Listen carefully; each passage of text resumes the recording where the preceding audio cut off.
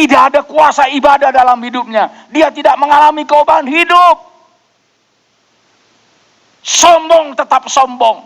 Pengkhianat tetap pengkhianat. Itu tidak pernah berubah dari hidupnya.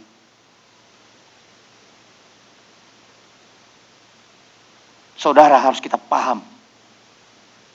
Mereka beribadah secara lahiriah.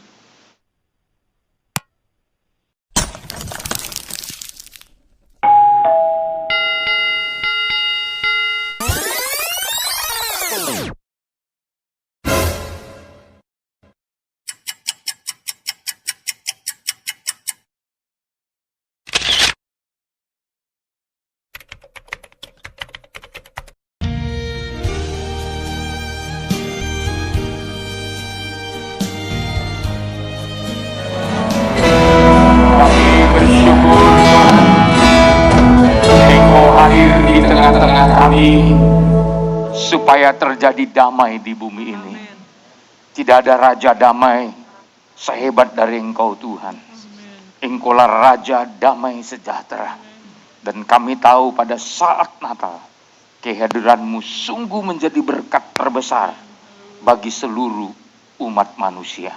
Karena ketika Engkau lahir sebagai juru selamat, maka Engkau datang betul-betul Tuhan, membuktikan kasih setiamu yang tidak pernah ingkar janji. Seluruh jemaat-Mu hari ini, terutama jemaat di Gereja Betel Indonesia, jemaat Tanjung Uban ini, dapat memuji, memuliakan Engkau. Terutama kami mau menampung firman Tuhan. Firman yang membawa kami untuk hidup benar. Firman yang membawa kami untuk hidup kudus. Bahkan firman yang membawa kami untuk sempurna sampai kedatangan Tuhan kali yang kedua. Urapi kami semua Tuhan dengan urapan baru, supaya kami dapat menghancurkan belenggu iblis di dalam nama Yesus. Dan kami tahu Tuhan, ketika firman-Mu disampaikan, semua kami seharusnya dapat memahami kehendak Tuhan. Pakai hamba-Mu menjadi saluran berkat. Dalam nama Tuhan Yesus Kristus Gembala yang baik, kami bersyukur dan berdoa bersama, kita katakan amin. Silakan duduk Bapak Ibu Saudara-saudaraku yang kekasih. Ya, sebelum kita mendengar firman Tuhan, saya lihat masih ada bangku. Kalau memungkinkan anak-anak dari luar dinaikkan ke atas, saudara yang pemuda boleh ambil tempat di bangku-bangku yang kosong supaya anak-anak kita juga terawasi. Jadi kalau ada masih bangku, silakan saudara ambil tempat saudara, ya, sehingga ya anak-anak kita yang di luar mereka boleh mengambil tempat di atas. Ya, tolong dituntun supaya semua bisa berjalan dengan baik.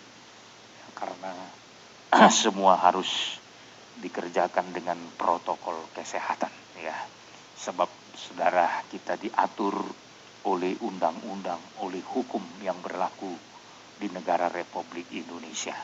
Sampai tanggal 30 semalam, saudara, kita masih dihimbau oleh Menteri supaya ia dapat beribadah dengan protokol kesehatan yang mantap. Ya, makanya disarankan yang tua katanya dapat mengikuti ibadah melalui live streaming, ya, dan anak-anak. Tapi hari ini memang ya saya sudah sempat umumkan ke jemaat, orang-orang tua boleh, tapi surat yang saya terima sepertinya agak terlambat saudara, sehingga sempat saya umumkan orang-orang tua boleh hadir. Namun kalaupun Bapak Ibu hadir, ya tidak mengurangi rasa hormat kami untuk saudara boleh menikmati firman Tuhan pada saat ini. Ya, silakan dituntun dulu anak-anak kita supaya mereka, sebenarnya kita harapkan dapat mengadakan ibadah Natal yang lebih besar. Tapi saudara, berhubung keadaan situasi yang harus kita jaga bersama, maka kita boleh ya memanfaatkan tempat ini. Ya, kalau anak-anak sudah tenang, maka saya akan menyampaikan firman Tuhan. Tolong dituntun semuanya, ya. Boleh ambil bagian ke atas, terutama anak-anak yang merasa lebih besar dari anak-anak boleh turun ke bawah, ya. Karena saya lihat masih ada beberapa bangku di tempat ini supaya saudara dapat mendengarkan firman Tuhan. Haleluya. Ya, biar lebih cepat, lebih bagus, sehingga semua kita bisa menikmati firman Tuhan yang hidup dan yang berkuasa. Ya, silakan kalau sudah mendapatkan tempat, ya, mari ambil tempatnya, ya. Yang remaja-remaja, supaya semua keberkatan oleh kemurahan Tuhan yang luar biasa ini. Mari, kalau sudah, ya, saya akan mulai menyampaikan firman Tuhan. Masih ada di sebelah kanan saya, ya. Tolong, ya. Jadi semuanya biar keberkatan. Masih ada di sebelah kanan, di depan pun masih ada, ya. Saudara juga boleh ambil tempat, ya. Kalaupun mau di depan, silakan saudara ambil di depan, ya. Tapi mohon adik-adik sekolah minggu tertib, ya, supaya bisa, ya, kita semua mendapatkan berkat firman Tuhan pada sore malam hari ini. Sekali lagi selamat hari Minggu bagi kita sekaliannya, shalom. Dan selamat hari Natal untuk kita sekaliannya. Selamat hari Natal. Sekali lagi selamat hari Natal. Selamat hari Natal. Ya, ini kemurahan Tuhan, saya dan saudara bisa beribadah Natal bersama dengan jemaat Gereja Betel Indonesia yang ada di Tanjung Uban ini, ya. Sekali lagi kemurahan Tuhan saja yang menghentar kita, yang menggairahkan kita, sehingga jemaat juga masih mendapat kemurahan, masih bergairah, masih bersukacita untuk mendengar firman Tuhan. Ini adalah kemurahan Tuhan, ya. Saya harapkan kita semua dapat menampung firman Tuhan yang hidup dan yang berkuasa untuk menggairahkan kita sampai kedatangan Tuhan kali yang kedua. Tema khotbah saya hari ini sesuai dengan tema besar dari Gereja Betel Indonesia yang diambil dalam kalimat Immanuel. Immanuel, ya. Kita baca dulu Matius pasal yang pertama, ayatnya yang ke-23, ya. Ini merupakan janji nubuat yang Tuhan sudah, yaitu, sampaikan jauh-jauh sebelum Yesus lahir datang ke dunia ini. Mari kita baca ayat 23. Ayat 23. Ya. Sesungguhnya anak darah itu akan mengandung dan melahirkan seorang anak laki-laki. Terus. Dan mereka akan menamakan dia Immanuel. Ya. Yang berarti Allah menyertai kita. Iya. Jadi pada saat Yesus lahir ke dunia, sebenarnya adalah penggenapan dari kalimat Immanuel. Ya. Immanuel yang berarti Allah menyertai kita. Saya sekali lagi menghimbau seluruh jemaat Tuhan. Natal merupakan momen sangat penting bahwa Bapa menunjukkan penyertaannya kepada manusia. Ya. Sudah sekian lama Tuhan, terutama kepada bangsa-bangsa di luar Tuhan, sepertinya Tuhan belum memberi kesempatan bagi orang-orang di luar bangsa pilihan Tuhan. Tetapi ketika Yesus datang ke dunia, apa yang dijanjikan oleh Bapa sejak dalam kitab Kejadian, saudara, tentang bahwa nanti keturunan perempuan itu akan meremukkan kepala ular, akan menghancurkan kepala ular, yaitulah iblis yang harus ditaklukkan di bawah kaki Tuhan melalui Yesus Kristus. Maka oleh sebab itu Yesus harus datang ke dunia dan mengambil posisi sebagai manusia dan menjadi hamba, saudaraku. Ya. Jadi saudara-saudara di dalam Tuhan, kelahiran Yesus ke dunia adalah penggenapan dari janji Bapa bahwa Dia yang berkuasa yang akan menghancurkan iblis. Oleh sebab itu sebelum ayat 23, ayat 21. Ayat 21 dulu. Matius 1 ayat 21. Ayat yang ke-21, ia akan melahirkan anak laki-laki, Ya, dan engkau akan menamakan dia Yesus, Yesus terus. karena dialah yang akan menyelamatkan umatnya dari dosa mereka. Iya. Ialah yang akan menyelamatkan umatnya dari dosa mereka. Saudara, kehadiran Yesus Kristus sebenarnya inti yang pertama adalah untuk menyelamatkan umatnya dari dosa. Ya. Sebab tidak ada di dunia ini yang bisa menyelamatkan manusia dari dosa, kecuali pengorbanan Yesus. Kebaikan manusia pun tidak bisa menyelesaikan dosanya. Apapun yang dilakukan manusia di muka bumi ini tidak bisa menghapus dosanya, kecuali dia menerima korban Kristus. Saya berkali-kali mengatakan, kalau seandainya Yesus Kristus tidak datang ke dunia untuk menyelamatkan manusia dari segala dosanya, manusia ini sebenarnya sudah berada pada bayang-bayang maut.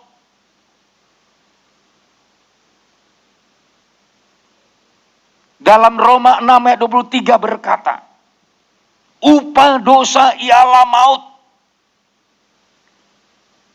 Kalau seandainya Yesus Kristus tidak datang ke dunia ini untuk menyelamatkan manusia dari dosa, manusia ini sebenarnya akhir hidupnya adalah maut. Orang baik kah saudara? Orang jahat kah saudara? Orang kaya kah saudara? Orang miskin kah saudara? Orang pintar kah saudara? Yang jelas, kalau Tuhan Yesus tidak datang menyelamatkanmu, engkau berada dalam maut.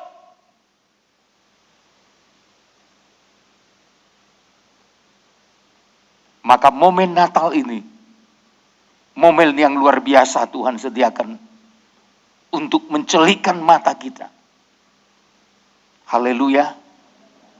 Makanya saudara beruntung kalau bisa Natal hari ini, malam ini.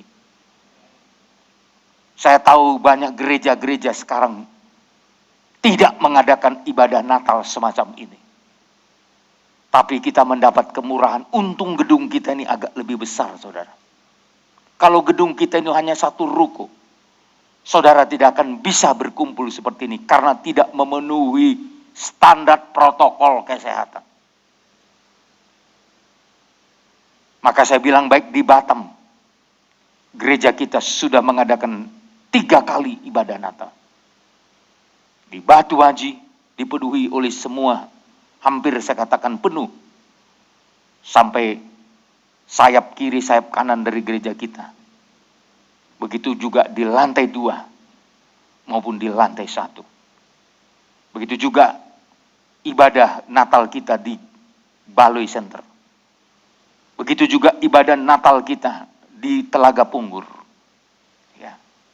Saya melihat betapa Tuhan berkemurahan untuk mengingatkan kita tentang kedatangan Yesus ke dunia sebagai juru selamat. Haleluya. Ini kemurahan Tuhan. Masih mungkin berbeda di tempat Pak Pardede di pulau sana. Karena lingkungannya tidak ada orang luar masuk. Ya. Mereka lebih leluasa melaksanakan ibadah Natal dibanding kita. Tapi saya bersyukur dan saya percaya jemaat juga bersyukur. Kalau sore malam hari ini kita diingatkan kembali betapa pentingnya Yesus Kristus datang ke dunia sebagai Immanuel. Dalam Alkitab 3 kali Tuhan berbicara tentang Immanuel. Kedatangan Immanuel. Saya mengatakan Immanuel dibahas 3 kali. Tapi Allah menyertai kita dibahas 106 kali.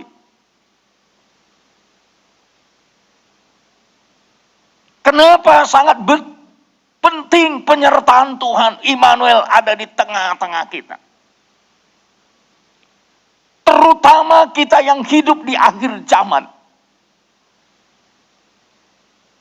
Kenapa? Saya seringkali katakan, di akhir zaman ini, setan akan bekerja lebih keras.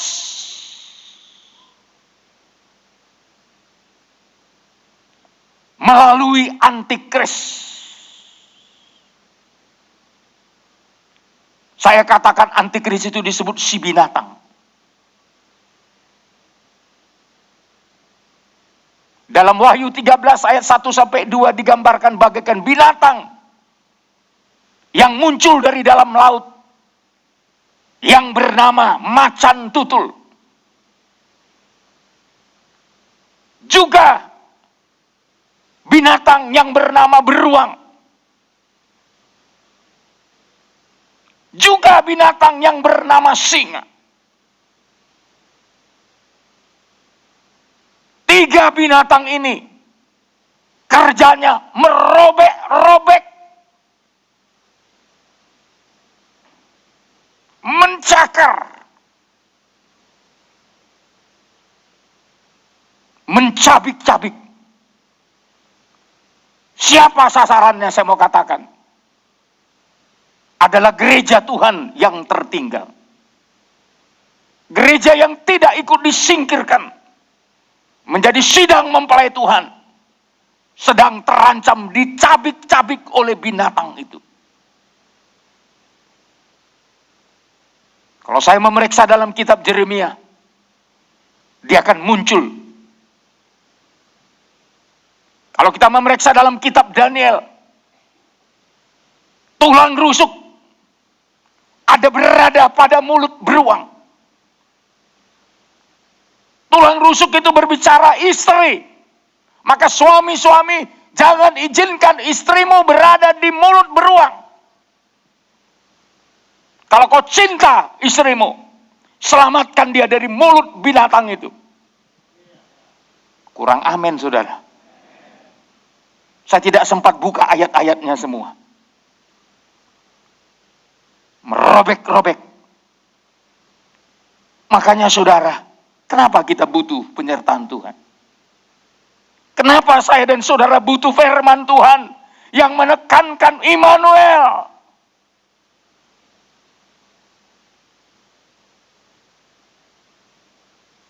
Saudara, kalau dalam kitab Yesaya, pasal yang ke-7 ayat 14, Tuhan menawarkan ini kepada Raja Ahaz. Coba sebentar. Ya. Immanuel, Yesaya 7. Dari mulai ayat 14. Ayat 14. Ya. Sebab itu Tuhan sendirilah yang akan memberikan kepadamu suatu pertanda. Suatu pertanda. Tuhan mau kasih pertanda. Pada awalnya Tuhan tawarkan sama Ahaz. Coba kita lihat dulu ayat sebelumnya. Ayat 10. Ayat 10. Ya. Tuhan melanjutkan firman-Nya kepada Ahaz. Katanya. Jadi Tuhan itu kalau mengasihi seseorang, dia selalu menunjukkan melalui firman-Nya. Ya. Jadi kalau saudara menjadi orang yang dikasihi Tuhan, Tuhan datang memberikan firman untukmu. Haleluya. Haleluya.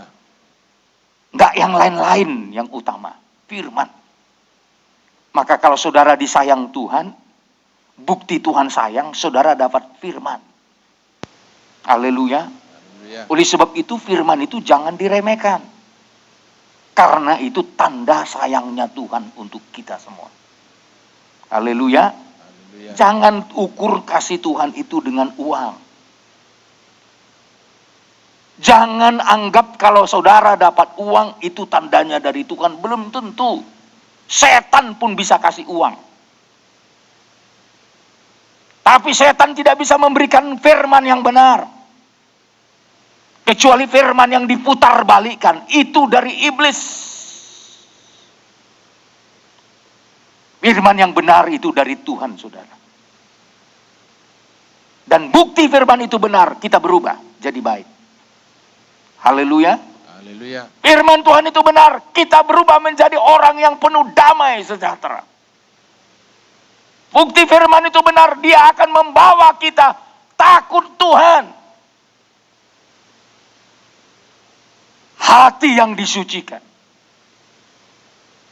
Sebenarnya tidak susah membedakan mana firman yang benar, mana yang enggak benar. Dari buahnya kita lihat. Makin cintakah kita kepada Tuhan, makin cintakah kita kepada ibadah, makin kita hargai kehadirat Tuhan, nampak dari firman yang kita terima. Ahas melanjutkan, Tuhan melanjutkan firman-Nya kepada Ahas. Katanya, apa katanya? Coba ayat 11. Ayat 11. Ya. Mintalah suatu pertanda dari Tuhan Allahmu. Terus. Biarlah itu sesuatu dari dunia orang mati yang paling bawah, atau sesuatu dari tempat tertinggi yang di atas. Ditawarkan. Tuhan tawarkan. Baik itu yang berasal dari dunia orang mati, dari bawah, maupun dari tempat tertinggi dari atas. Yang jelas Ahas, mau nggak kau terima firman? Tapi apa kata Ahas? Terus. Tetapi Ahas menjawab, aku tidak mau meminta. Oh, sombong. Si sombong ini, si sombong. Terus. Aku tidak mau mencobai Tuhan. Pura-pura rohani. Orang Tuhan yang tawarkan kok. Seharusnya kan Ahas bilang, iya Tuhan. Mana tandanya ya? Aku butuh itu Tuhan. Aku butuh firman-Mu itu Tuhan. Tapi saudara, karena Ahas tidak mau, tetap Tuhan membuktikan kasih-Nya. Terus. Lalu berkatalah Nabi Yesaya, baiklah dengarkan, hai keluarga Daud. Oh, keluarga Daud, dengar keluarga Daud. Apa katanya? Belum cukupkah kamu melelahkan orang? Oh, belum cukup kau bikin orang capek. Jadi orang yang gak mau terima firman itu bikin susah orang lain loh. Bikin susah orang itu. Dalam nikah pun, kalau suami gak mau terima firman, itu bikin susah istri. Istri gak mau terima firman, bikin susah suami. Orang tua tidak mau terima firman, itu bikin susah anak-anak. Amin.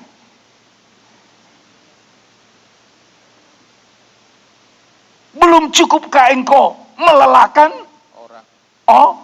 orang? Apa kita belum puas bikin orang capek, saudara? Seharusnya kita sadar, sudah terlalu banyak orang capek karena kita. Kalau jemaat, Anda harus sadar, sudah berapa banyak, sudah berapa lama hamba Tuhan capek gara-gara saudara.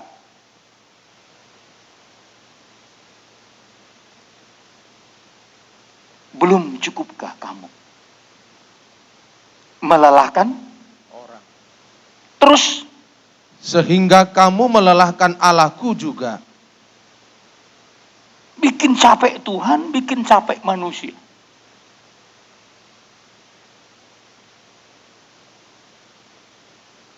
Makanya Tuhan tawarkan.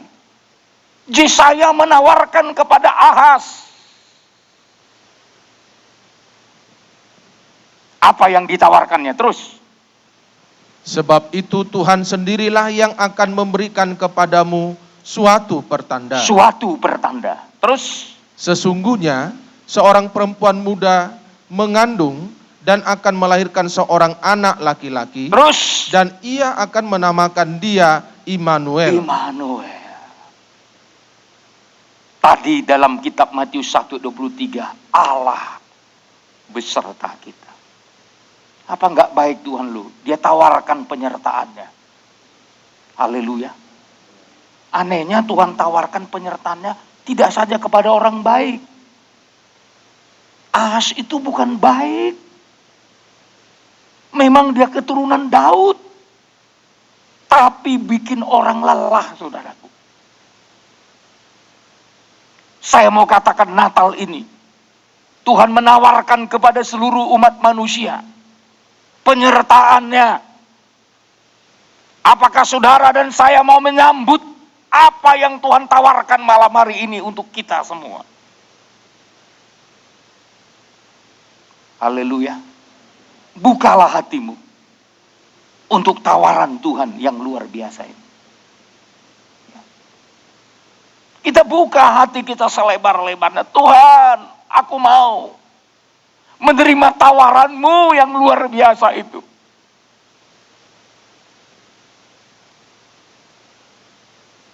Saudara, Tuhan kasih pertanda. Seorang perempuan akan mengandung. Dan anak yang dilahirkan akan diberi nama Immanuel. Allah beserta kita. Dan pada Natal, genaplah apa yang disampaikan firman Tuhan ini. Maria melahirkan Yesus Kristus. Tujuan utamanya adalah untuk menyelamatkan umatnya dari dosa. Yang kedua, untuk menyertai supaya umat manusia yang hidup dalam Kristus, perjalanan hidupnya berhasil sampai kepada tujuan yang Tuhan kehendaki. Saudara-saudara, tapi tidak sembarangan orang yang bisa menikmati kehadiran Tuhan itu. Tidak sembarangan orang. Yang pertama yang bisa menikmati kehadiran Tuhan adalah keluarga Maria sendiri. Maria dengan Yosef. Kenapa mereka yang pertama menerima kehadiran Tuhan? Karena suami istri ini punya karakter yang luar biasa. Makanya saudara, biar Tuhan hadir dalam hidupmu, karakter suami istri harus berubah. Jangan yang rusak sama yang rusak. Tambah rusak. Soalnya kalau ada yang rusak pun, yang baik bisa memperbaiki. Enggak amin saudara. Ini kalau saya udah tajam bawa firman ini, kadang-kadang jemaat kurang aminnya. Coba yang ketawa-ketawa.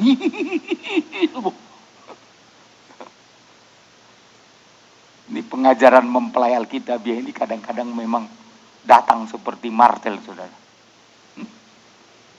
Kadangkala datang seperti api. Kadangkala seperti pedang bermata dua. Ya. Haleluya. Ya, kalau martel, bukit batu pun hancur dibikinnya. Ya. Kalau api, habis terbakar. Ya.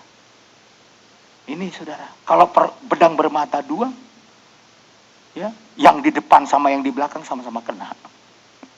Saudara yang dengar, kami hamba Tuhan yang menyampaikan juga kena. Kan itu namanya pedang bermata dua.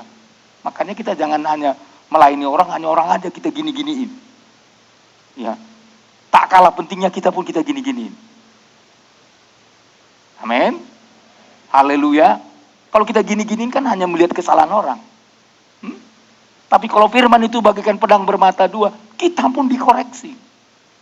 Kita pun diperbaharui. Jadi firman Tuhan itu luar biasa, saudara. Saudara, keluarga Maria dan Yusuf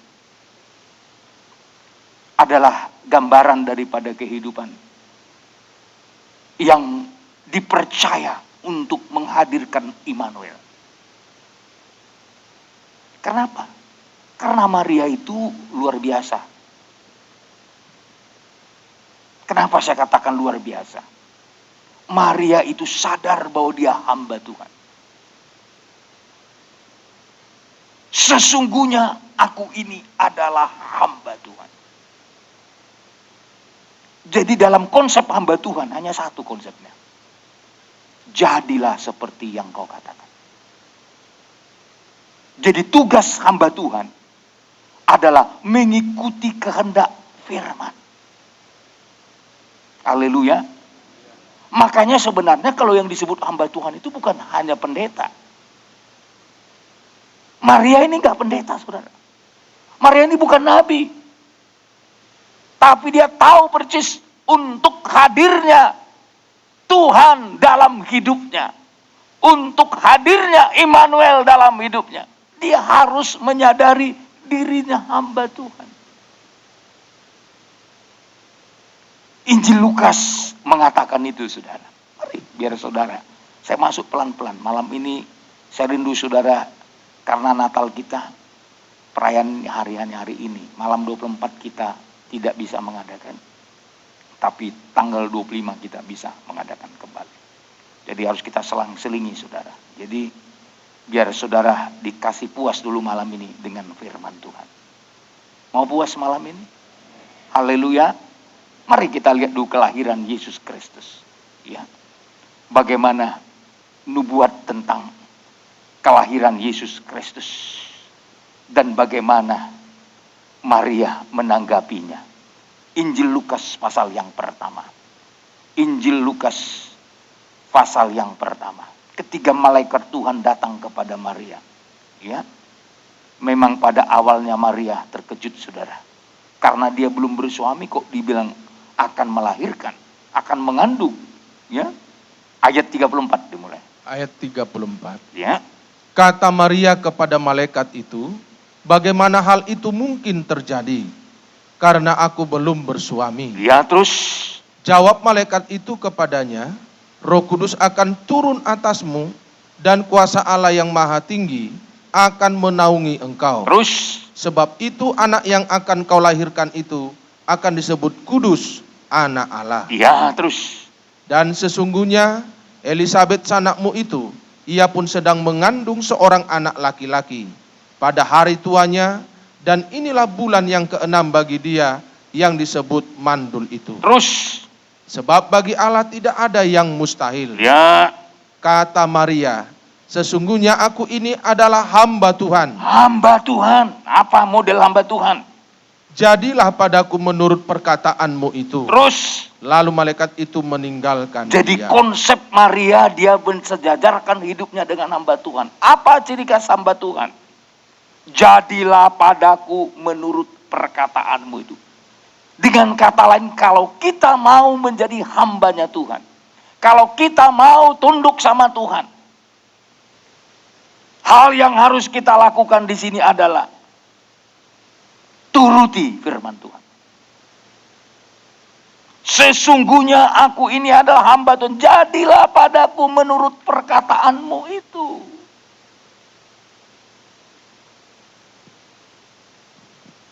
Jadi kalau kita betul-betul menghargai firman Tuhan seperti Maria menghargai firman Tuhan, bukan kehendak kita yang kita pertahankan. Bukan pendapat kita yang kita pertahankan. Ada orang mati-matian mempertahankan pendapatnya, sekalipun dia sudah dipermalukan. Kenapa?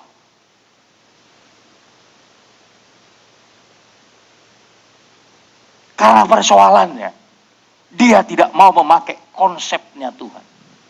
Kalau kita berkata, kita mau menjadi hambanya, pelaku firman-Nya, dengan sendirinya kita akan berkata, jadilah menurut Perkataan. Kita tidak akan pernah mempertahankan kita punya, tapi kita mempertahankan kehendak Tuhan. Makanya orang-orang yang mencoba-coba mempertahankan kehendaknya sendiri, kalau menurut Mazmur pasal 49, itu akan meluncur ke dunia orang mati.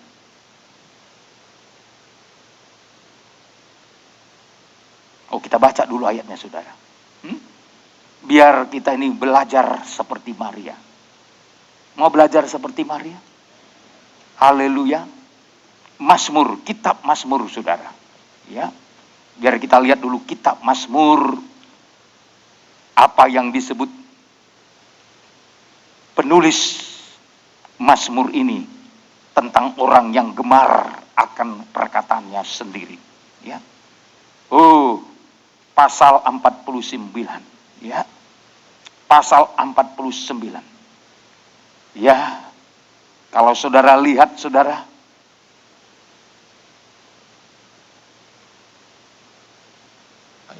dari mulai ayatnya yang ke-13.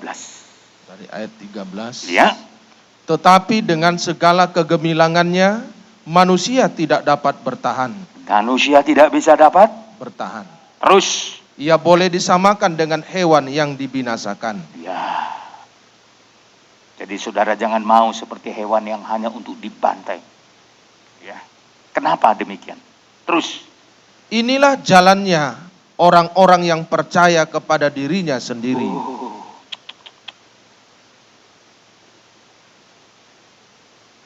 Maka saudara, kita harus seperti Maria, saudara. Haleluya. Inilah jalannya orang-orang yang percaya kepada dirinya sendiri. Teruskan, Pak. Ajal orang-orang yang gemar akan perkataannya sendiri. Suka mempertahankan hanya perkataannya. Apalagi kalau sudah terlanjur diungkapkan sama orang lain. Untuk mempertahankan ini mati-matian. Mau ditutup dengan segala cara. Maka saudara, biar aja kita seperti Maria. Haleluya. Haleluya. Haleluya. Terus bagaimana nasibnya? Seperti domba mereka meluncur ke dalam dunia orang mati. Apa nasibnya? Seperti domba meluncur ke dalam dunia orang mati. Terus digembalakan oleh maut. Digembalakan oleh maut. Teruskan. Mereka turun langsung ke kubur. Kubur sudah menunggu orang yang gemar pendapatnya sendiri. Perawakan mereka akan hancur. Dunia orang mati menjadi tempat kediaman mereka.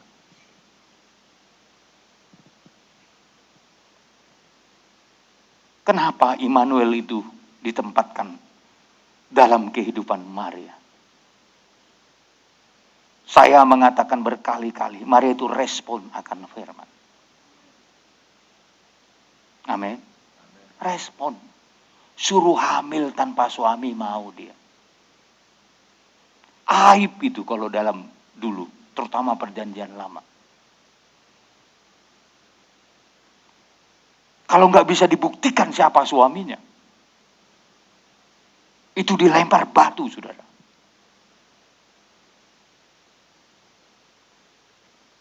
Tapi Maria mau. Dia disuruh mengandung melalui Roh Kudus. Dia mau terima. Jadi orang-orang yang respon akan firman Tuhan senang dilawat Roh Kudus. Haleluya. Saudara senang dilawat Roh Kudus?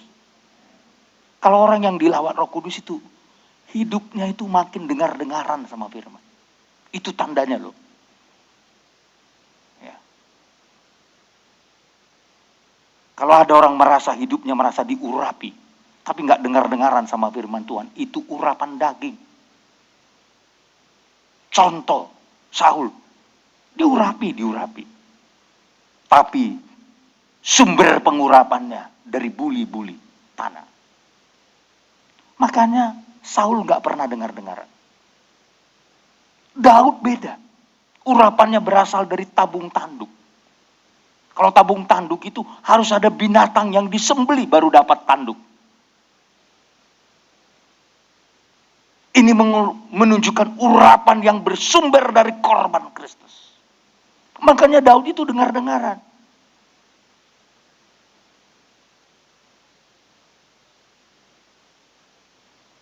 Saudara, Tuhan ingin saudara dan saya seperti Maria dulu. Yang mengatakan, sesungguhnya aku ini hamba Tuhan. Jadilah menurut Perkataan. Kalau sekarang kan sering kita nyanyikan, suka-sukamu Tuhan, suka-sukamu Tuhan. Artinya suka-suka hati Tuhan lah, pokoknya aku nurut aja, nurut aja, nurut aja. Kalau bahasa Batak, lomo mama diau Tuhan, lomo mama diau Tuhan, lomo mama diau Tuhan, lomo mama. Suka-suka Tuhan. Karena apa? Jadilah menurut kehendak-Mu. Bisakah saudara Natal ini menempatkan diri, mengatakan kepada Tuhan, Tuhan, jadilah menurut kehendak-Mu dalam hidupku, dalam nikahku, dalam masa depanku, dalam usahaku, dalam pekerjaanku, dalam ibadahku, dalam pelayananku, jadilah menurut kehendak-Mu.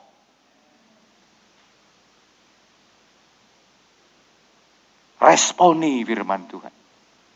Biar engkau merasakan kehadiran Immanuel.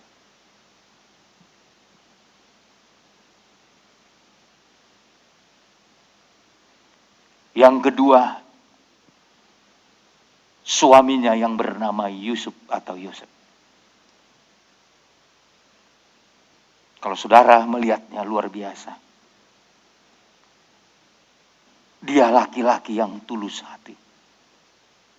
Tulus saudara. Siap menerima istrinya apa adanya. Oh, itu yang tulus. Jadi kalau enggak tulus, bukan apa adanya. Apa itu? Itunya saudara.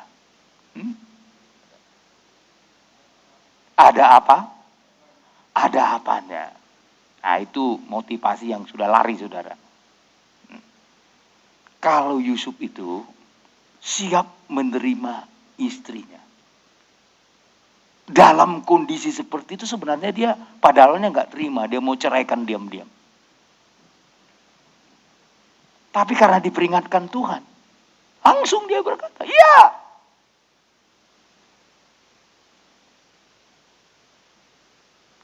Memang pada awalnya dia malu. Lalu mau diam-diam dia putuskan tunangannya ini. Tapi saudara, karena dia orang yang tulus hatinya. Makanya pasangan orang yang mau tunduk sama firman harus tulus. Haleluya. Ini pasangannya itu yang cocok gitu. Ya.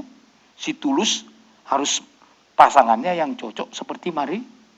Makanya kalau saudara namanya si tulus, cari Maria. Ini yang muda-muda ini, tapi jangan ganti nama ya. Itu pasangannya saudaraku, itu yang cocok sama dia. Dan ketulusannya dibuktikannya dengan taat sama firman. Makanya karena dia taat sama firman Tuhan, Yesus yang ada dalam asuhannya, Yesus yang ada dalam pemeliharaannya, selamat. Makanya kalau suami tulus, istri mau dengar-dengaran sama firman, respon firman, anakmu selamat. Mau selamat anak kita. Jangan korbankan anak-anak kita karena ego kita. Jangan kita korbankan anak-anak kita karena kekerasan hati kita.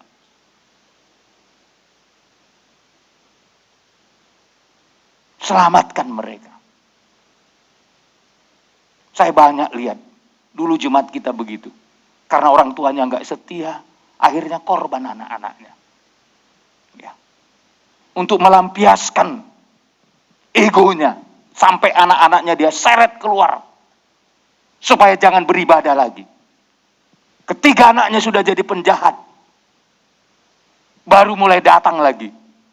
Tapi sudah sempat hancur untuk apa saudaraku? Susah memulihkannya. Udah narkoba anaknya, udah mereng-mereng baru. Pak Gembala, kami kembalilah ke sini.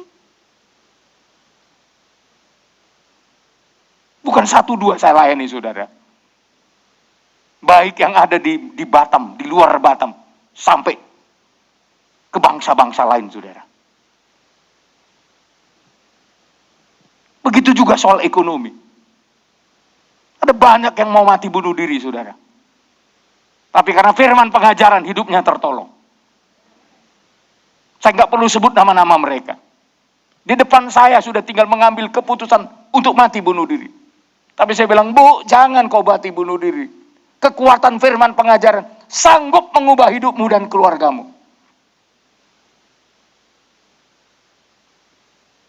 Dan baru-baru ini dia menikahkan anaknya, saya diundang datang dan saya hadir, saudara. Sekalipun mereka bukan jemaat lagi, saya hadir di situ.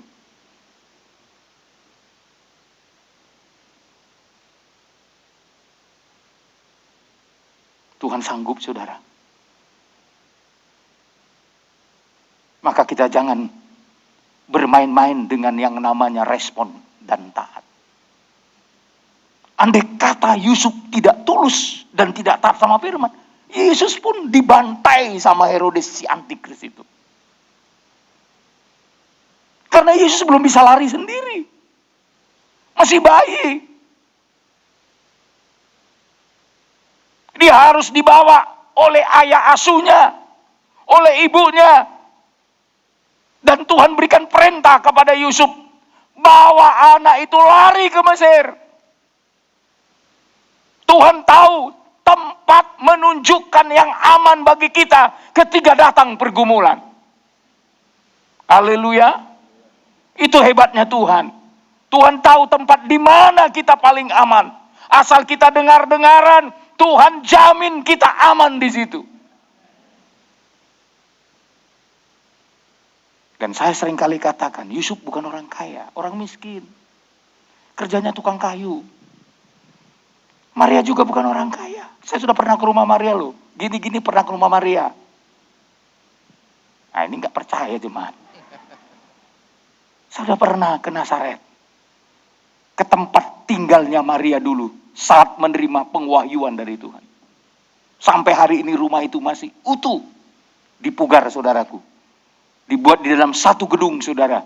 Rumah itu masih tetap di sana. Saya lihat tidak ada tanda-tanda kekayaan dalam hidup Maria. Tapi siapa yang membiayai mereka? Ketika mereka lari ke Mesir membawa Yesus untuk diselamatkan. Tuhan sudah siapkan berkat. Dari mana berkatnya? Tuhan sudah suruh orang maju sebawa emas. Hebat ya? Hebat ya? Mau diberkati Tuhan. Belajar respon dan taat. Sebelum mereka melarikan diri, sudah disediakan Tuhan melalui orang Majus. Ada persembahan, emas, mur, kemenyan. Makanya saudara ingat, kalau saudara taat akan firman Tuhan, saudara respon akan firman Tuhan, sebelum terjadi musibah, saudara sudah diberkati Tuhan. Beri tepuk tangan dong sama Tuhan. Sudah diberkati Tuhan, saudara.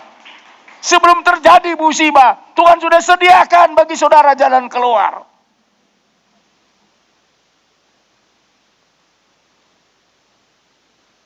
Kalau sempat ngumpul duit dulu, kapan mereka lari ke Mesir?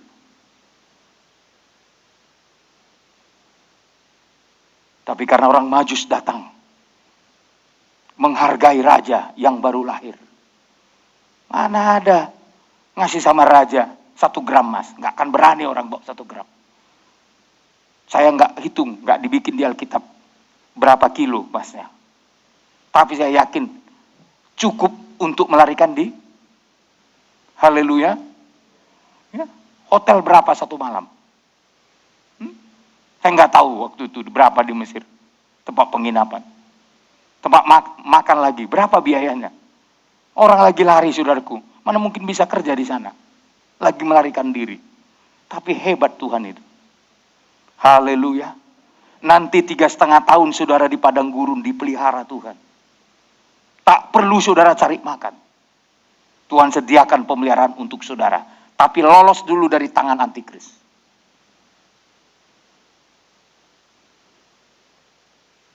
Lalu setelah Herodes mati, Tuhan berfirman lagi kepada Yusuf. bahwa orang yang hendak membunuh anak itu sudah mati. Lalu genaplah apa yang difirmankan Tuhan. Dari Mesir kupanggil anakku. Disuruh lari ke Mesir. Tapi setelah musuh mati, suruh balik lagi. Siapa yang ngatur itu? Firman. Kenapa berhasil? Yesus selamat dari tangan Herodes. Karena ada seorang bapak, seorang suami yang tulus hati dan taat. Makanya berkat tulus hati dan taat itu besar sekali. Haleluya. Haleluya. Biar kita dianggap bodoh oleh dunia nggak apa-apa. Yang penting kita tetap tulus. Mau dibilang suami bego nggak apa-apa. Mau saudara dibilang bego nggak apa-apa. Yang penting praktekkan ketulusan hatimu. Haleluya. Bodoh kali kau nggak kau tunjang dia. Bisa gitu. Kalau udah tulus dia, ya, rela apa saja. Ya, namanya udah tulus. Ya. Amin. Amin. Bukan karena bego, saudara. Memang harga ketulusan itu harus ada. Nurut terus. Nurut. Ya. Asal jangan dijewer-jewer istrimu lah kau nurut. Ya. Kalau disuruhnya menerima firman dan bertobat dan mengasihi Tuhan, apa salahnya kita bayar harga dengan menurut? Ya. Dulu saya sebelum bertobat, nggak ada orang saya takuti. Tapi setelah saya bertobat, lihat istri saya pun saya segan.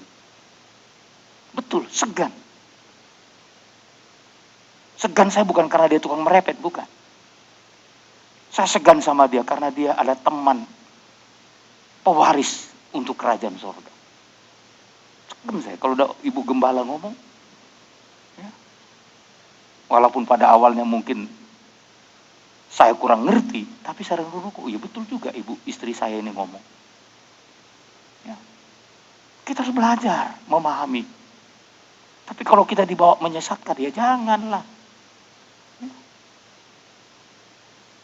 Jangan kayak di kampung saudara, kalau suaminya nggak mau ke kedai, istrinya bilang, lah tuh lapoi, asal langsung ini dah. Itu di kampung kami, saudara. Istrinya yang nyuruh dia ke lapo. Sudah teler nanti suaminya baru. Kenapa kau teler? Untuk nggak dijawab suaminya, kau yang suruh. Kan gitu. Saya masih ingat tuh di kampung-kampung dulu. Istrinya yang suruh merokok suaminya. Mari sapo.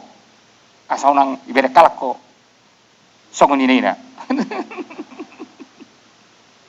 Setelah suaminya merokok 3 bungkus satu hari, baru dia keberatan. Kenapa banyak kali uang rokokmu? Lebih banyak dari uang beli beras katanya. Ya? Dulu waktu nggak merokok, ya? Disuruh merokok. Salah siapa saudara? Itu katanya, itu ya bukan begitu ketulusan. Ya? Haleluya. Mohon maaf kalau saudara masih kena dan tersinggung akan firman ini. Oh Tuhan tolong kita. Mau saudara Tuhan tolong? Jadi saudara, ini modal kita untuk menerima kehadiran Immanuel di tengah-tengah kita. Dan sebenarnya tujuan Immanuel itu ingin melawat kita. Kalau dalam Yesaya pasal 8, mari saya mau masih berbicara di topik Immanuel dulu saya. Ya. Yesaya pasalnya yang ke-8, ya. Kalau saudara perhatikan juga disinggung dengan kalimat Immanuel di sana. Allah beserta dengan kita. Coba kita lihat saudara, ya. Bagaimana ya yang betul-betul diinginkan oleh Tuhan. Tuhan ingin dari ayatnya yang ke-8, ayat 8 saja. Yesaya pasal 8 ayat 8. Ya. Serta menerobos masuk ke Yehuda, ibarat banjir yang meluap-luap hingga sampai ke leher, dan sayap-sayapnya yang dikembangkan akan menutup seantero negerimu, ya Immanuel. Ya Immanuel. Jadi Immanuel itu akan hadir. bagaikan satu kekuatan yang luar biasa, bagaikan banjir. Ya. Banjirnya ini hebat, saudara. Ayat 7 dulu. Ayat 7. Ya. Sebab itu sesungguhnya Tuhan akan membuat air sungai Efrat Sungai Efrat terus yang kuat dan besar, meluap-luap atas mereka, yaitu Raja Asyur dengan segala kemuliaannya. Terus air ini akan meluap melampaui segenap salurannya dan akan mengalir melampaui segenap tebingnya. Iya. Ini menunjukkan kalau Immanuel itu ada di tengah-tengah kita. Dia bagaikan sungai yang bisa sampai menenggelamkan, yang bisa sampai merobohkan.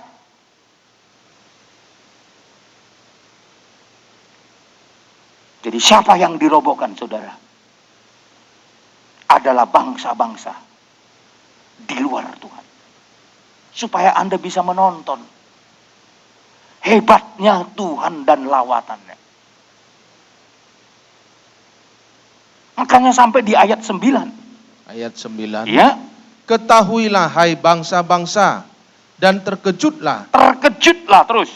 Perhatikanlah ya segala pelosok bumi. Pelosok bumi, teruskan. Berikat pingganglah dan terkejutlah. Terus. Berikat pingganglah dan terkejutlah. Jadi segala bangsa di pelosok bumi diingatkan. Kalau Immanuel itu hadir. Kalau dia menunjukkan penyertaannya terhadap umatnya. Bangsa-bangsa lain terkejut. Kalau Tuhan sertai saudara, yang lain-lain terkejut. Terkejut saudara. Anda bikin Natal aja gini, terkejut orang lain. Haleluya. Ini kan bukan bicara soal dana, saudara. Kalau soal dana saya yakin jemaat mampu berbuat yang terbaik. Bikin pesta yang lebih besar. Tapi bisa ibadah hari ini sebagai perayaan Natal. Ini mengejutkan. Haleluya. Amin. Ya. Tadi saya sempat tanya, sudah siap nggak semua? Udah beres semua, Pak? Saya suka cita sudah sebagai gembala. Jemaat bahu-membahu, topang menopang, untuk menghargai kehadiran Tuhan malam hari ini. Haleluya. Ya, tentu saudara semua yang berkorban untuk memberikan hormat sama Tuhan. Apa saja, tenagakah, waktukah, berupa uangkah dan yang lain-lain. Saya tahu. Mungkin secara jasmani Anda sedang kurang. Tapi semangat rohani saudara jangan berkurang sampai kapanpun.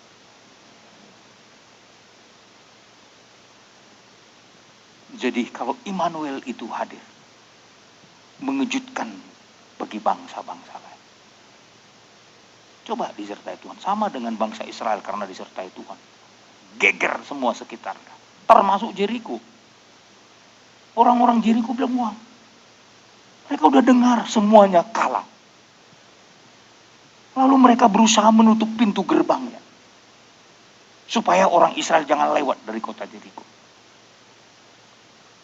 Bahkan juga saudaraku pemana-pemana, ahli pemana itu siap untuk menghadang bangsa Israel yang akan lewat. Tapi jangan lupa saudara, Tuhan itu gak bisa dilawan. Dia mau menghancurkan tembok Jeriko hanya dengan gampang. Dia suruh bangsa Israel mengelilinginya 7 kali. 7 kali. Gak pakai bom, gak pakai senjata. Cukup hanya dengan sorak-sorak. Bep! Tembok Jeriko hancur. Kalau Tuhan sudah menyertai, tak ada pintu yang tertutup. Semua pintu terbuka untuk saudara. Haleluya. Bukan dengan alat perang. Dengan puji-pujian dan sorak-sorak.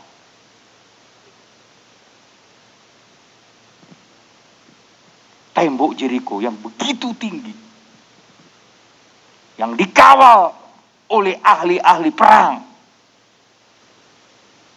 tapi dengan mudah roboh karena seluruh orang Yahudi menuruti firman Tuhan. Nurut firman. Makanya kalau kita nurut firman, waduh, kompak kita nurut firman. Tidak ada pintu yang tertutup. Tuhan bisa buka jalan. Kompak aja jemaat. Secara ibadah kompak. Secara pelayanan kompak. Cara korban kompak. Bisnis pun kompak. Bahu-membahu, topang-menopang.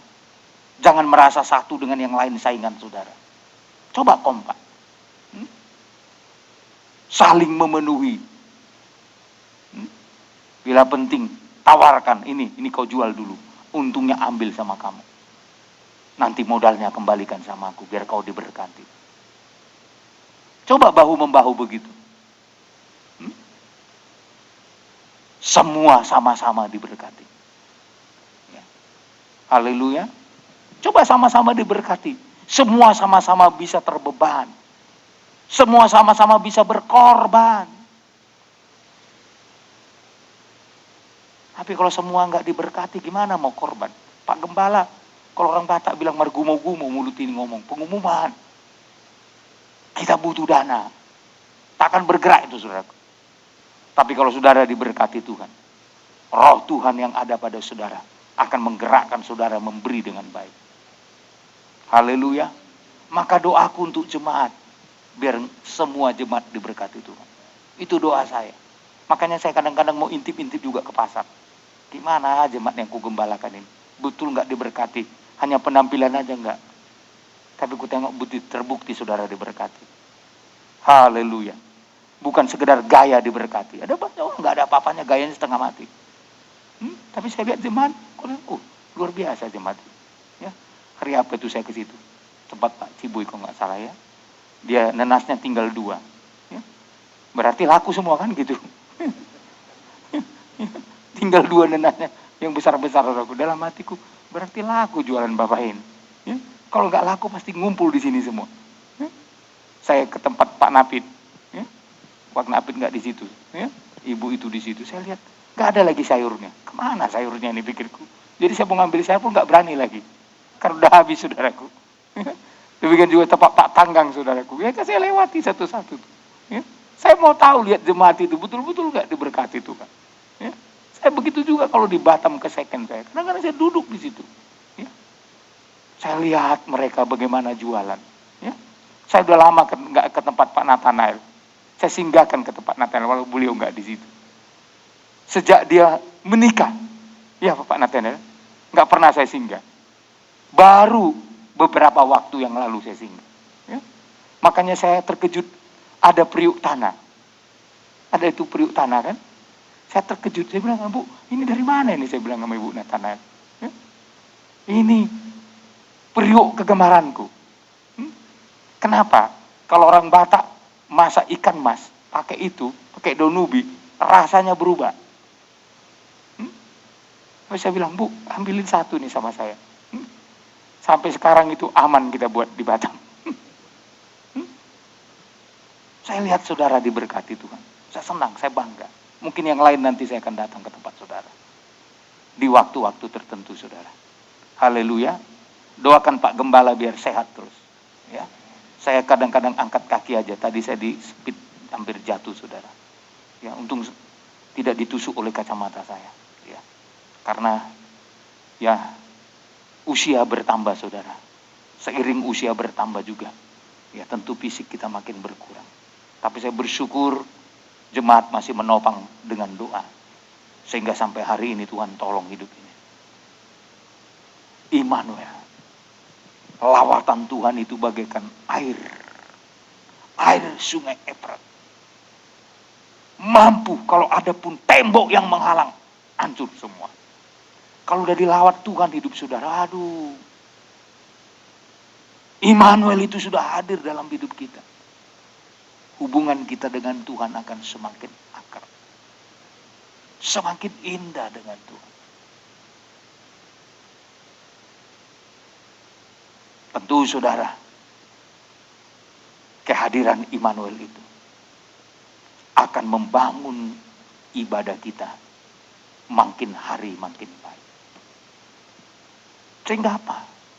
Kita bisa lolos dari Herodes, dari Antikris.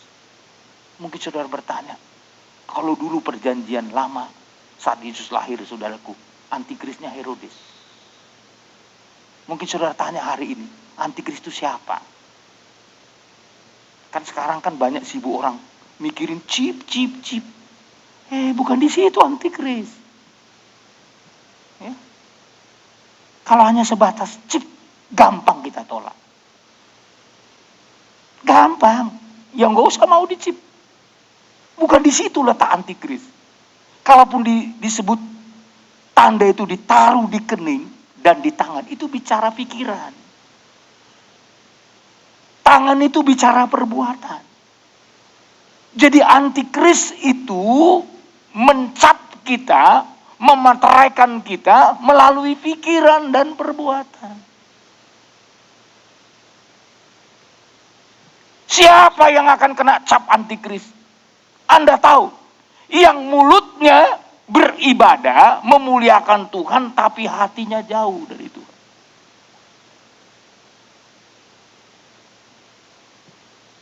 Dalam 2 Timotius pasal yang ketiga, saudara, ada 18 dosa. 18 itulah angka 666. Kalau ditambahkan 6 tambah 6 berapa?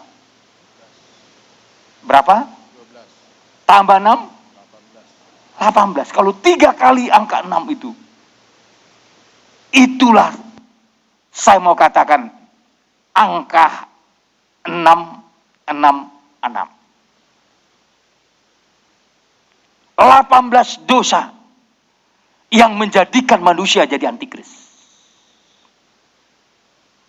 Dosa apa itu? Dosa yang menguasai tubuhnya. Dosa yang menguasai jiwanya. Dosa yang menguasai rohnya. Itu tertulis saudara. 18 dosa ini ada pada 2 Timotius pasal 3 ayat 1 sampai 4. Coba kita lihat dulu, Pak. 2 Timotius pasal 3 ayat 1 sampai 4 dari mulai perikopnya. Dari perikopnya, Ya. Keadaan manusia pada akhir zaman. Apa keadaan manusia? Pada akhir zaman. Pada akhir zaman.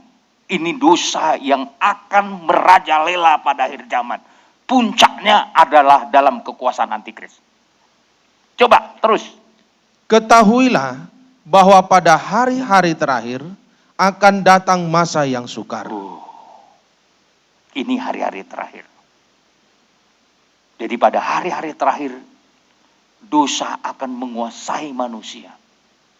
Yang akan menjadikan hidupnya bagaikan cap. Kena cap 666. 6 dosa pertama itu menguasai tubuh manusia. Bagaimana caranya? Terus. Ayat 2. Ya. Manusia akan mencintai dirinya sendiri. Ini pertama. Jadi orang mencintai dirinya sendiri. Egonya. Egonya menguasai tubuhnya. Terus apa lagi? Dan menjadi hamba uang. Yang kedua, hamba uang.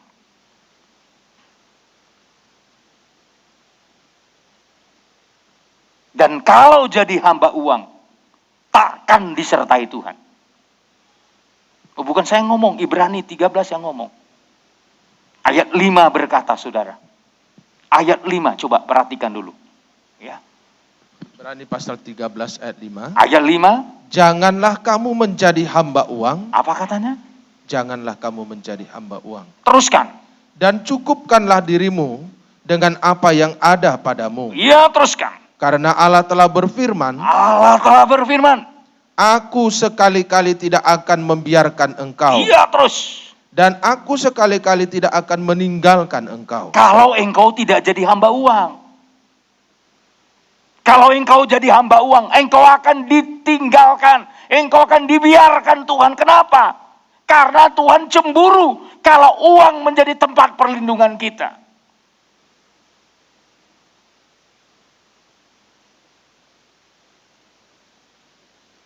Tapi bagi orang-orang yang tidak jadi hamba uang, saudara, Anda boleh cari uang, tapi jangan diperhamba oleh uang. Amin. Boleh, silakan. Jadi orang kaya pun boleh, muliakan Tuhan. Tapi jangan gara-gara hamba uang, karena diperhamba uang, kita kehilangan cinta kita kepada Tuhan dan sesama.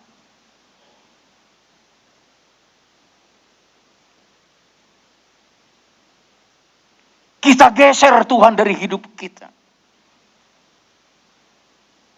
Jadi yang akan menguasai tubuh yang kedua, uang. Makanya nanti orang yang mau jadi antikris itu gampang. Pikirannya dikuasai uang, pasti jadi antikris. Jadi bukan soal chipnya di sini, tanam. Itu karena ngerti firman itu. Makanya suruh datang sini belajar. Dan saya bukan cakap sombong, saudara. Beberapa hamba Tuhan di dunia, kita yang layani. Australia, Filipina, lebih dari 5.000 orang pendeta kita di Filipina. Hampir seluruh Korea saya sudah KKR. Menyampaikan firman Tuhan. Jadi tubuh kita jangan sampai dikuasai oleh dosa yang namanya mencintai diri sendiri, hamba uang, apalagi? Mereka akan membual yang ketiga, terus? Dan menyombongkan diri. 4, menyombongkan diri. Mereka akan menjadi pemfitnah. 5, pemfitnah. Mereka akan berontak terhadap orang tua. Itu ada pada tubuh manusia yang sudah dikuasai oleh dosa. 5 dosa ini menguasai tubuh.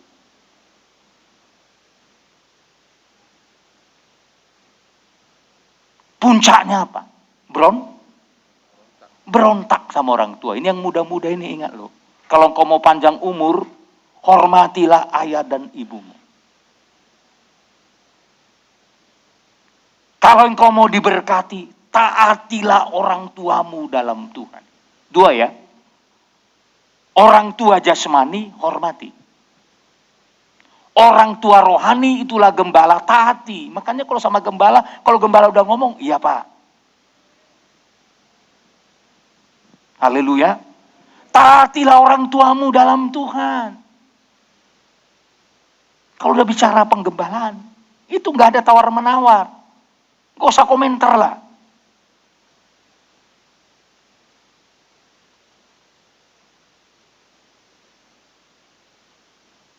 Enam dosa ini menguasai tubuh. Angka 6 yang pertama. Angka 6 yang kedua menguasai jiwa. Ini apa saja? Ayat 7 Pak. Bagian yang ke-7. Yang ke-7. Iya. Dan tidak tahu berterima kasih. Ini menguasai jiwa. Jadi orang yang nggak tahu berterima kasih itu udah sakit jiwa itu. Tidak tahu berterima kasih. Itu jiwanya nggak beres. Kalau jiwanya beres, aduh dia akan berkata terima kasih Tuhan, untung.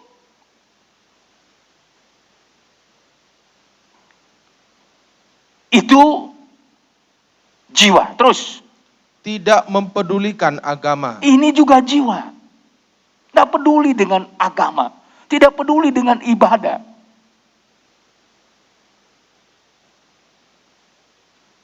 Orang-orang yang cuek itu, jiwanya sudah dikuasai oleh dosa. Cuek, sama dengan malam Natal seperti ini. Kalau Anda masih muda, Anda cuek.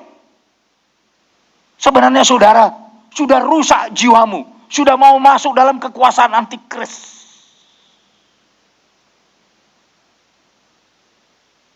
Apalagi Pak? Tidak tahu mengasihi. Tidak tahu mengasihi. Itu juga pada jiwa kita. Teruskan. Tidak mau berdamai. Tidak mau Berdamai. itu jiwa juga. Terus benci, terus antipati.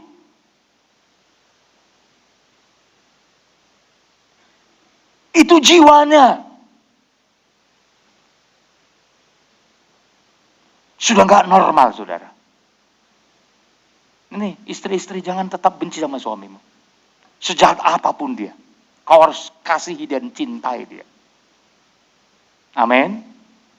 Haleluya. Kurang amin ibu-ibu ini.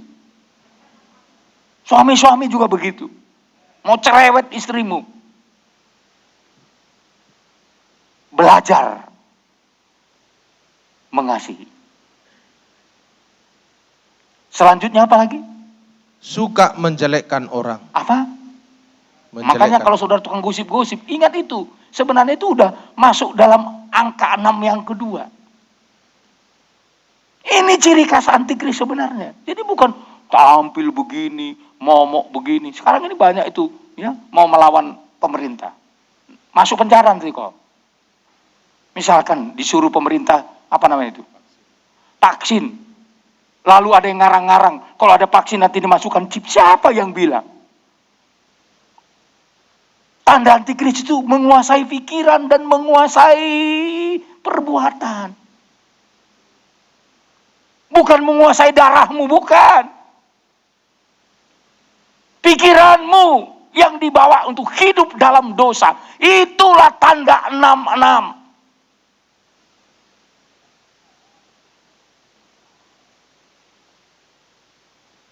Dah, saya minta jemaat ya, nangkap akan firman.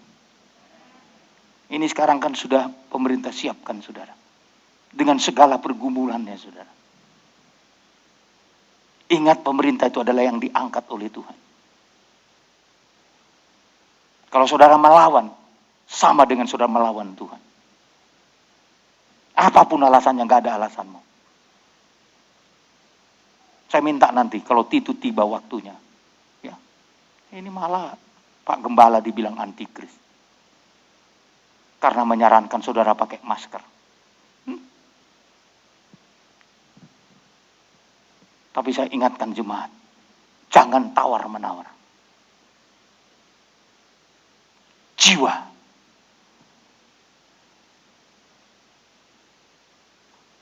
Suka menjelekkan orang. Sekarang roh, saudara. Ayat 12 sampai dengan ayat bukan ayat 12. Poin yang ke-12 sampai poin ke-18. Silakan terus, Pak. Tidak dapat mengekang diri. Ya, itu roh, saudara. Kalau Anda tidak bisa mengekang diri, rohmu yang terganggu. Terus apa lagi? Garang. Apa? Garang. Garang. Tahu garang? Tahu garang? Arti garang. Itu rohnya yang sudah dalam kekuasaan dosa. Garangnya bukan main. Seperti laki-laki garangnya. Tapi sini nggak ada, saudara. Haleluya. Ya, ibu-ibu kan kalau lembutnya baru keibuan. Kau udah garang. Sama dengan singa betina. Hilang keibuanmu.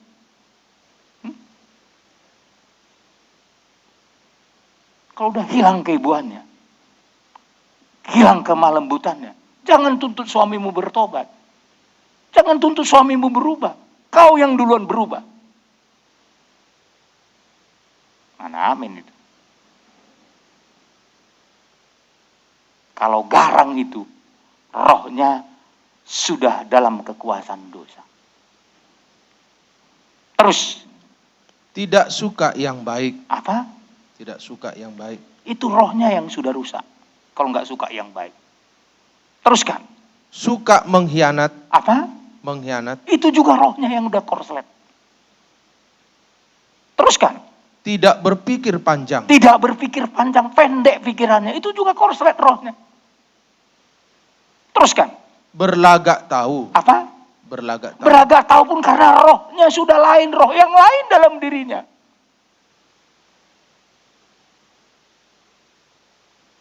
Teruskan. Lebih menuruti hawa nafsu daripada menuruti Allah. Itu kenapa? Karena rohnya sudah dalam kekuasaan dosa. Jadi 666 itu berbicara tubuh dalam kekuasaan dosa, jiwa dalam kekuasaan dosa, roh dalam kekuasaan dosa. Kalau dijumlahkan semua angkanya 18. 6, 6, 6. Jadi nggak usah kita bahas-bahas yang lain, saudara. Jadi kalau antikris dalam zamannya Yesus lahir adalah Herodes, antikris zaman sekarang inilah dosanya. Mungkin saudara tanya, apa puncaknya? Ayat 5. Ini modelnya, saudara. Ya, ini modelnya biar saudara tahu, biar kita jangan sampai bingung nanti. Jadi saudara kadang-kadang kan jemaat kadang pada bingung. Harus saya terangkan ini dalam ibadah Natal ini. Biar saudara betul-betul yakin, jangan sampai saudara menolak yang tidak perlu Anda tolak. Yang perlu Anda tolak, 18 dosa ini tolak. Haleluya. Haleluya. Baru Anda lolos dari tangan antikris. Yang ini yang perlu kita tolak. Bukan protokol kesehatan yang ditolak. Dosa 18 ini, 666 ini yang perlu kita tolak. Jangan menguasai pikiran kita, jangan menguasai perbuatan kita. Ini bukan hanya di sini, semua Indonesia sekarang heboh dengan ini. Heboh, saudara, karena kurang paham akan apa yang tertulis ini. Coba ayat 5 puncaknya. Ayat 5. Ya. Secara lahiriah mereka menjalankan ibadah mereka. Oh, apa katanya? Secara lahiriah. Padahal 18 dosa ini udah di dalam hidupnya, tapi masih beribadah. Beribadah loh. Sudah dikuasai 18 dosa ini, rohnya, jiwanya, tubuhnya udah dikuasai, masih beribadah secara lahiriah. Masih masuk gereja. Tapi coba lihat apa kata firman. Tetapi pada hakikatnya mereka memungkiri kekuatannya. Mereka memungkiri kekuatannya. Tidak ada kuasa ibadah dalam hidupnya. Dia tidak mengalami perubahan hidup. Sombong tetap sombong. Pengkhianat tetap pengkhianat. Itu tidak pernah berubah dari hidupnya.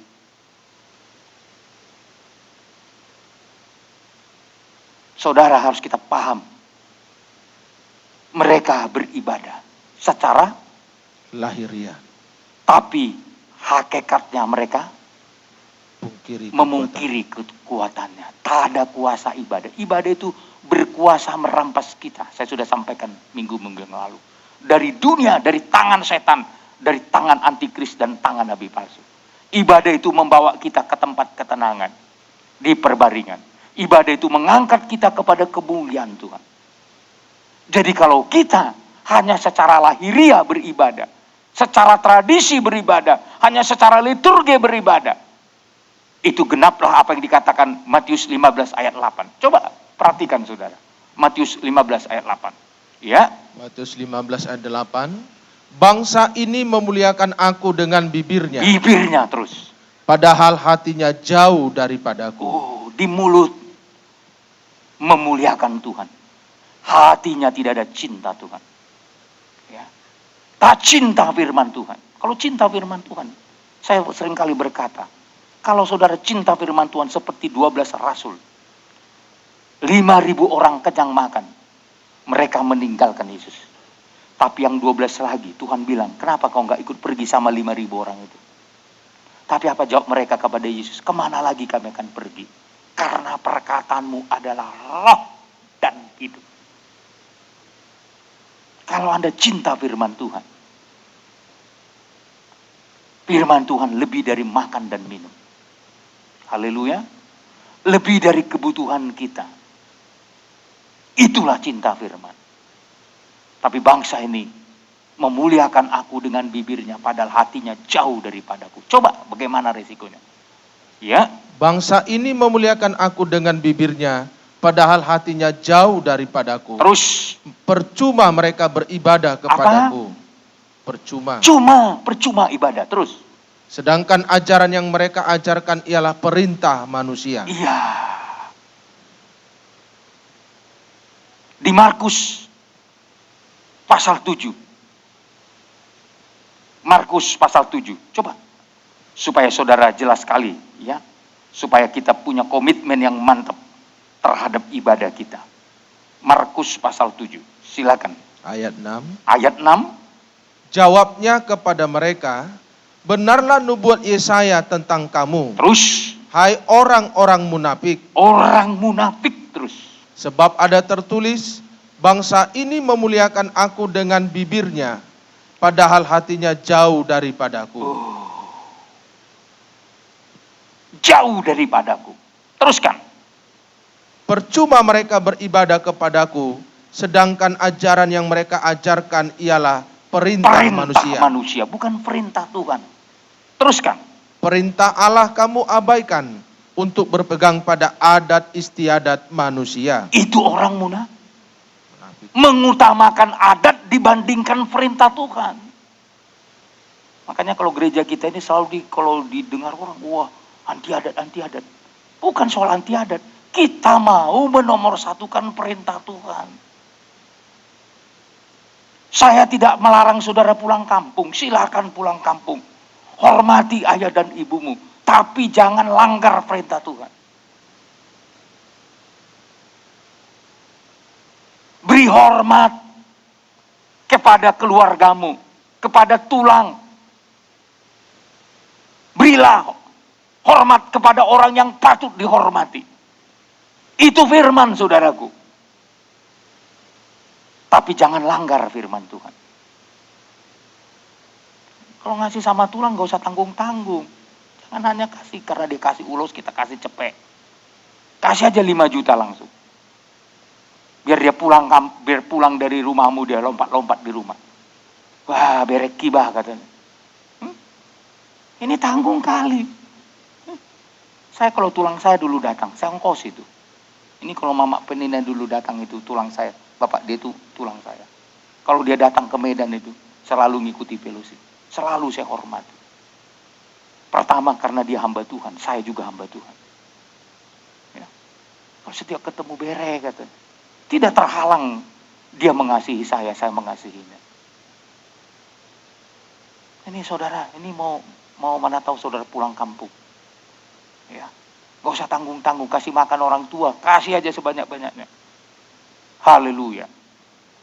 Tapi jangan langgar firman Tuhan. Ya. Kasih. Ya. Tapi jangan udah mati baru saudara ke kuburan bawa ayam Nabi Nadar. Itu melanggar firman. Memberikan arwah-arwah makan. Ya. Tapi waktu hidup kasih. Mau minta lomok-lomok 1, kasih 3. Nah, ini saudara. Haleluya. Ya. Itu lakukan firman Tuhan. Haleluya. Ya. Supaya tidak percuma kita beribadah. Amin. Amin. Tuhan menilai orang yang terlibat 18 dosa itu menjalankan ibadah mereka secara lahiriah. Karakter mereka gimana? Mau lihat karakternya? Ayat 7, 2 Timotius 3 ayat 7. Ini karakternya. Ayat 7. Ayat 7. Bukan Markus ya. 2 Timotius 3 ayat 7. 7. Yang walaupun selalu ingin diajar. Oh, ingin diajar. Apa katanya? Namun tidak pernah dapat mengenal kebenaran. Ingin diajar tapi nggak ngerti-ngerti kebenaran. Nggak ngerti saudara. Bagaimana nasib mereka? Terus. Sama seperti Yanes dan Yambres. Sama seperti Yanes dan Yambres. Yambres. Sama-sama nes-nes. Tapi bukan Yohanes Sunyoto ini. Yanes dan Yambres. Yambres. Apa kerjanya? Menentang Musa. Menentang siapa? Musa. Siapa Musa? Gembala. Gembala. Siapa lagi dia lawan? Demikian juga mereka menentang kebenaran. Kebenaran firman. Ini ciri khas orang yang beribadah secara lahiriah tapi tidak memiliki kuasa ibadah.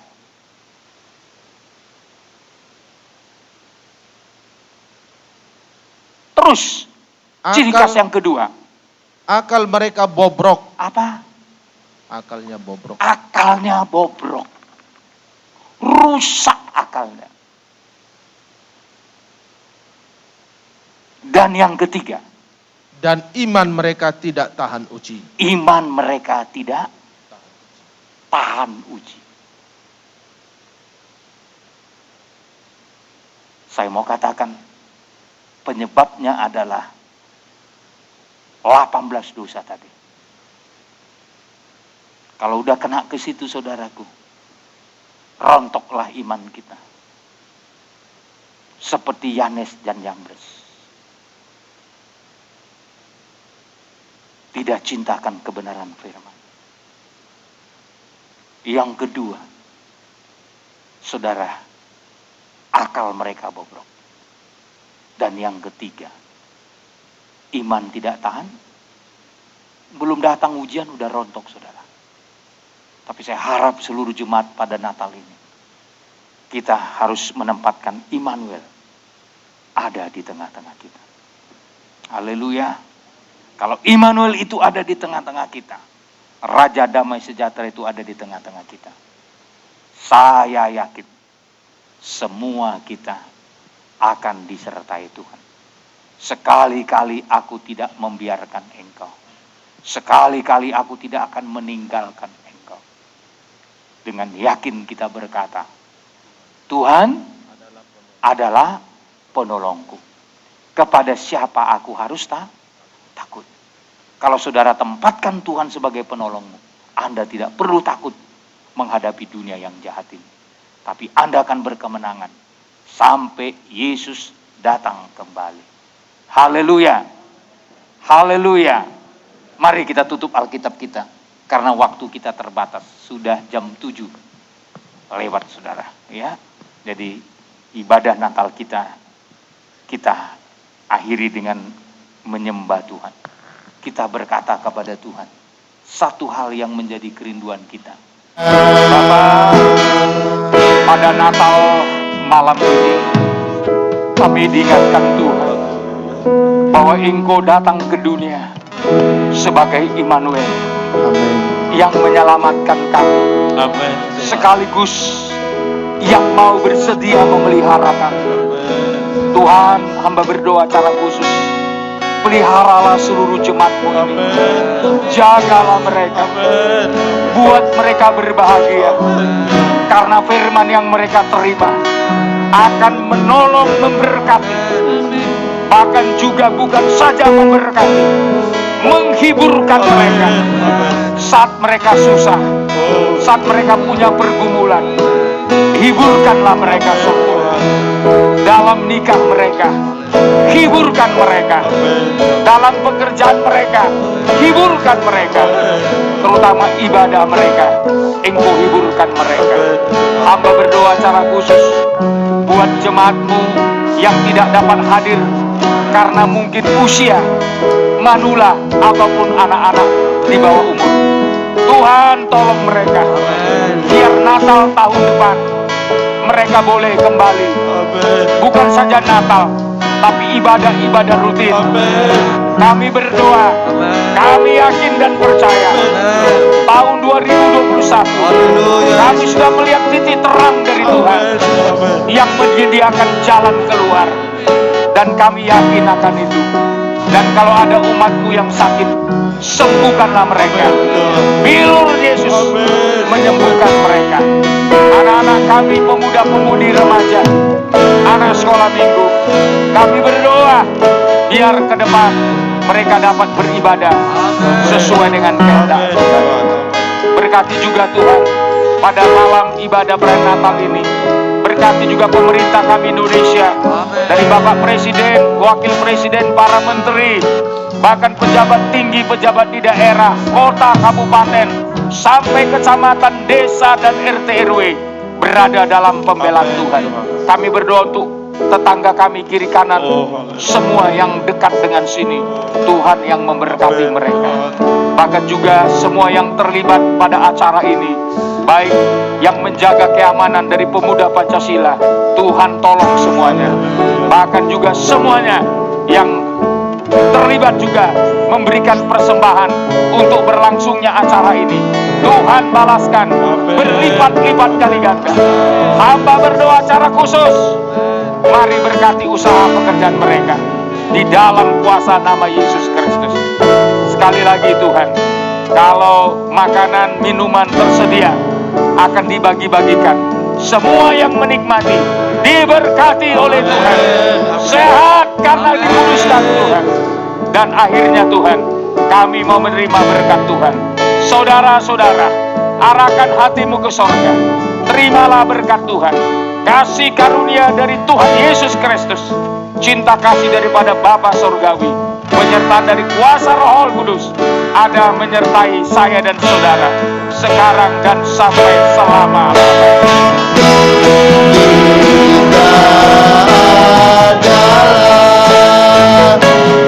Keluarga Allah, satu dalam rohnya, satu pengajaran, satu di dalam ikatan kasih membelah, cinta keluarga Allah.